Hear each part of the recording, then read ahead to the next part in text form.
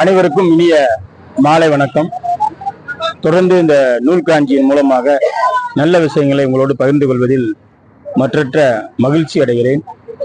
இந்த காலகட்டங்களில் தேவையான நல்ல சிந்தனைவாதிகளை சந்தித்து அவர்களோடு நல்ல கருத்துக்களை பதிவு செய்து கொண்டிருக்கிற நூல் காஞ்சி நிறுவனர்களுக்கும் நூல் காஞ்சி நேயர்களுக்கும் என்னுடைய இனிய அன்பான மாலை வணக்கத்தை நான் தெரிவித்துக் கொள்கின்றேன். இன்று நாம் பேச இருக்கிற கலித்தொகை 149வது பாட்டு ஒரு தோழி கூற்றாக அமைந்துள்ள பாடல். இந்த பாடல் முழுக்குமே தோழியினுடைய மைய பகுதியாக அவருடைய மனநிலையிலிருந்து இந்த பாட்டை நான் உங்களோடு பகிர்ந்து கொள்வதில் மற்றற்ற மகிழ்ச்சி அடைகிறேன். நிறையின் திவில் களிராக திரை ஒளி பறையாக கரை சேர் புள்ளினத்து சிறை படையாக அரை சூழ் கால் கிளந்தன்ன உறவு நீர் சேர்ப்ப கேள் என்ற தொடங்கக்கூடிய இந்த பாடல் கடலில் மீன் பிடிக்க செல்லும் திமிழ் படகுகளை யானை படையாகவும் கடல் அலை ஓசையை முரசு படையாகவும் கடலில் இருந்து கரைக்கு செல்லும் பறவைகள் ஆள் படையாகவும் கொண்டு அரசன் போருக்கு செல்வது போல தோன்றும் சேர்ப்பு நில தலைவனே கேள் அப்படின்னு சொல்லி தோழி சொல்றாய். இப்படிப்பட்ட தலைவனே, சிறிது நேரம் நான் சொல்வதை நீ கேட்பாயாக என்று தோழி சொல்கிறார். கற்பித்தான் நெஞ்சு அழுங்க பகர்ந்த உண்ணான் விச்சை கண் தப்பித்தான் பொருளோல் போல் தமியவே தேயுமால் ஒற்காத்துள் உதவியார்க்கு உதவாதான் மாற்று அவன் எச்சத்துள் ஆயினும் அத்து எரியாது விடாதே கண் என்று கான் என்ற கூடிய அந்த பாடல். கல்வி கற்பித்தவன் நெஞ்சம் வருந்துமாறு உணவுப் பொருள்களை ஆசிரியனுக்கு வழங்காதவன் தானே தேய்ந்து போவான் என்று சொல்லப்படுகிறது. கற்ற வித்தையை சொல்லித்தரும் ஒருவன் தப்பாக கற்பித்துவிட்டு மாணவனிடம் பெற்ற செல்வம் தானே தேய்ந்து போகும். வறுமை காலத்தில் உதவியவனுக்கு திரும்ப உதவாதவன் தானே அழிந்து போவான். அவனை ஒரு தாக்காவிட்டாலும் அவன் எச்சமாகி அவன் பிள்ளையாவது அவனை தாக்கியே தீரும் என்று இந்த பாடலில் பொருளை காண்கின்றோம். கல்வி கற்பித்தவன் எச்சம் வருந்துமாறு ஒரு நல்ல கல்வியை கற்பித்தவன் கடவுள் என்று நாம் சொல்லிக் கொண்டிருக்கிறோம். மாசற்ற கற்றோனும் சீர்தூக்கின் தன் மன்னனுக்கு தேசமெல்லாம் சிறப்பில்லை, ஆனால் கற்றோனுக்கு சென்ற இடமெல்லாம் சிறப்பு என்று நாம் சொல்லிக்கொண்டும் பேசிக்கொண்டும் இருக்கிறோம். அப்படிப்பட்ட ஒரு நல்ல கருத்தை உடைய தலைவனே கேளீர், நெஞ்சு அழுங்கா கிளவுற்ற செல்வங்கள் தாழ் இலான் குடியே போல் தமியவே தேயுமால் சூழ் வாய்த்த மனத்தவன் வினை பொய்ப்பின் மற்ற அவன் வாய்வாய் கன்று ஆயினும் அத்து எரியாது விடாதே கான். உறவினர்களிடம் நெஞ்சம் பதபதைக்க சேர்ந்த செல்வத்தை தானே தேயும் முயற்சி இல்லாதவன் பொடி போல தானே தேயும். சூழ் உரைத்தவன் செயல் பொய்யானால் அவன் வாழ் நல்லதாக இருந்தாலும் அது அவனையே திரும்பி தாக்காது விடாது என்று இந்த பாடலிலே நாம் பொருள் சொல்கிறோம். அங்கு அனைத்து இனி பெரும் அதன் நிலை நினைத்து கான் சினிய வேந்தன் எயிர்பொருள் இருத்த வினை வரும் பருவல் போல துணை வரும் நெஞ்சமோடு வருந்தினல் பெரிதே என்று சொல்லக்கூடிய இந்த பாடல் இல்லாமலே இப்படித்தான் நடக்கும். அதனால் பெருமானை சினம் கொண்ட பகை வேந்தன் கோட்டையை தாக்க வளைந்து கொண்டிருப்பது போல் உள்ளே இருக்கும் குடிமக்களின் வேதனை போல தன் தலைவி நீ இல்லாமல் வருந்துகிறாள். இந்த வருத்தத்தின் விளைவு உன்னை தாக்காமல் விடாது. தோழி தனவினை கண்டு இவ்வாறு எடுத்துரைக்கிறாள் என்பான். இல்லாமலே இப்படித்தான் நடக்கும். நீ இல்லாமல் தலைவி எப்படி நடந்து கொள்கிறாள், எப்படி நடக்கும் என்பதை தோழியின் வாயிலாக தலைவனுக்கு எடுத்துரைக்கப்படுகிறது.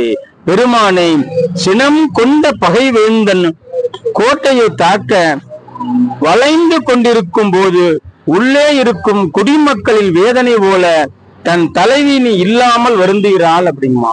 எப்படி அரசன் இல்லாத ஒரு குடிமக்களுடைய வாழ்க்கை பரிதாபத்திற்குரியதாக இருக்கிறது, அதுபோல நீ இல்லாமல் என் தலைவி மிகப்பெரிய ஒரு தாக்கத்தை ஏற்படுத்துகிறது. இந்த வருத்தத்தின் விளைவு உன்னை தாக்காமல் விடாது.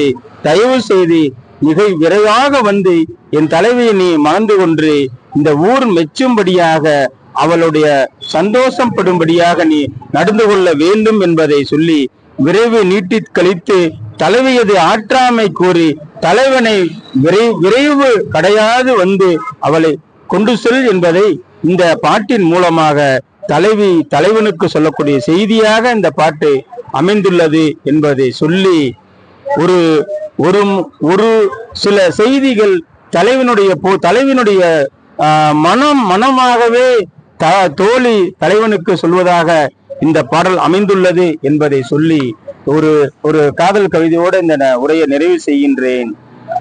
ஒரு செவ்வாய் கிரகத்தில் ஈரம் இருப்பதாக அறிவியல் சொல்கிறது. செவ்வாய் கிரகத்தில் ஈரம் இருப்பதாக அறிவியல் சொல்கிறது. உன் செவ்வாய் இதழில் தேன் இருப்பதாக நான் சொல்லுகிறேன். அனைவருக்கும் இனிய மாலை வணக்கம்.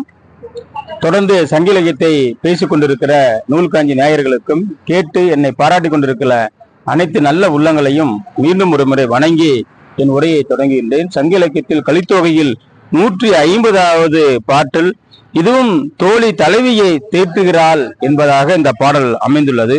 பொதுவாகவே சங்க இலக்கியங்கள்ல சொல்லக்கூடிய பேசக்கூடிய சில செய்திகள் தலைவியை எல்லா நிலையிலிருந்தும் தோழி எப்படி தேற்றுகிறாள் என்பதுதான் இந்த பாடலுடைய தொடக்கமாக அமைகிறது.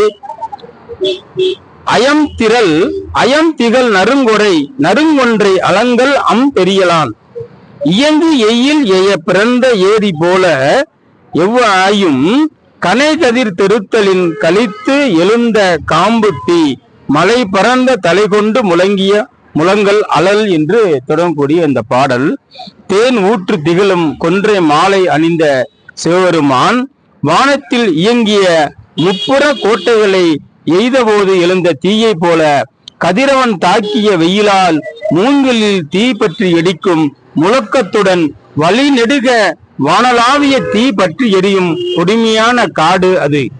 இப்படிப்பட்ட காட்டு வழியை கடந்து சென்று பொருளை ஈட்டி வர வேண்டும் என்னும் ஆகையால் உன்னிடம் நடந்து கொள்ளும் அறநெறியை கைவிட்டு விட்டு சென்றுள்ளார். கங்கை நீரை தன் சடையில் மறைத்து வைத்திருக்கும் சிவபெருமானை போன்று பொன் நிறம் கொண்டிருந்த உன் மேனியில் பசலை பாயும்படி விட்டிருக்கிறார். உன்னை முற்றிலுமாக விட்டு விடுவாரா அல்லது மாட்டாரா என்பதை ஒரு கேள்விக்குறியாகவே நான் ஐயப்படுகிறேன். யானை பசியால் காய்ந்து திரியும் வழியில் கல்லில் வெயில் சுடும் பறக்கும் காட்டில் அச்சம் தரும் வழி என்று எண்ணாமல் விழுமைய பொருள் ஈட்டி வர சென்றுள்ளார். அச்சம் தரும் காலை மேல் ஏறி வரும் சிவபெருமான் சிரிப்பு போன்ற சிவந்த உன் உருவ அலைகள் இழந்து இவ்வாறு இருக்கும் போது அவர் உன்னையே எப்படி நினைத்து கொண்டிருக்க முடியும்? வெளியில் வெயில் கொதிக்கும் குன்றில் ஏறி படரும் கொடி கொண்ட குன்று வழியில் அவர் செல்கிறார். ஒதுங்குவதற்கு கூட இடமில்லாமல் வழி அது. விழுமிய பொருளை ஈட்டிக் கொண்டு வர வேண்டும் என்னும் ஆசையால் அந்த வழியில் வர சென்றுள்ளார். புது நிலவாகிய பிறையை சிவபெருமான் தன் தலையில் கன்னியாக சூடிக்கொண்டு சொன்னதும் அது வளர்ந்தது போல நீ உன் கூந்தல் அழகுடன் திகழப் போகிறாய். நீ வருந்தும் இந்த நிலையில் அவர் உன்னை காண்பாரா?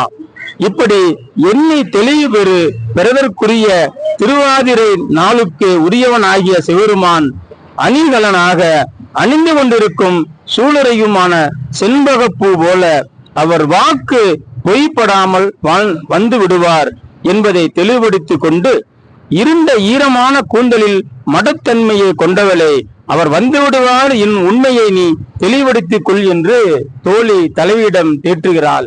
தோழினுடைய மிகப்பெரிய உளவியல் பார்வை என்றால் தலைவி கோபமாக இருந்தாலும் சரி, சந்தோஷமாக இருந்தாலும் சரி, ஒரு தலைவன் சென்றிருக்கக்கூடிய அந்த நாட்டில் எப்படிப்பட்ட சூழல் இருக்கிறது என்பது நம்மளுக்கு தெரியாது.